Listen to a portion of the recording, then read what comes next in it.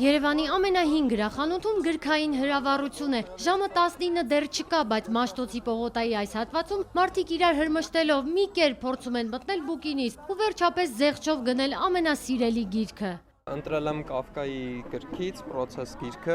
ընտրել եմ, որովհետև հեղինակն ինձ հետաքրքրում։ Մոտավորապես քանի 100 հաճախորդի եք սպասարկել, Այդպես չեմ կարող ասել մինչև քանի 100, անսահման շատ։ Բուկինիստ գրախանութը, որը այս միջոցառումը նախաձեռնել է, գալիս է փաստելու, որ այսօր շատերն են գիրք կարդում, այլ հարց է, թե հայերեն են շատ կարդում, թե չէ։ Շարժվելու տեղ չկա, բուկինիստում գրքային գիշեր է հայտարարված ու ոչ միայն հանդիպում ժամանակակից գրողների հետ, գրքային խաղեր, գրքախառնություններ, նախընտրելի հեղինակների գրքերով։ Ամենագլխավորը աչքով չես տեսնի, միայն սիրտն է սրատես։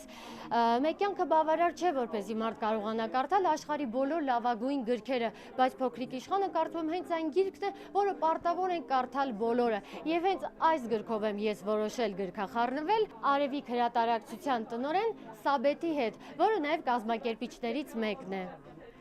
Սիրով կգրքախառնվեմ եւ պիտի ասեմ, որ պատահականություններ կյանքում չեն լինում։ Փոքրիկ իշխանը իմ կյանքի ուղեցույցն է եղել եւ ես կարծում եմ, որ ավելի լավ գրքախառնություն չէր կարող լինել։ Այս տարի լրանում է մանկական առաջին հրատարակչության 30-ամյակը ու նաև հենց այս առթիվ գրքի լավագույն երկու բարեկամ կառույցներն իրենց ուժերը միավորելով իրական տոն պատրաստեցին ընթերցողների համար, այն համոզմունքով, որ ինչպես լավ գիրք գրելը, այնպես էլ հրատարակելը արվեստ է։ Հասպիկ Առաքելյան, Հովհաննես Քյոսյան, Առաջին ալիք։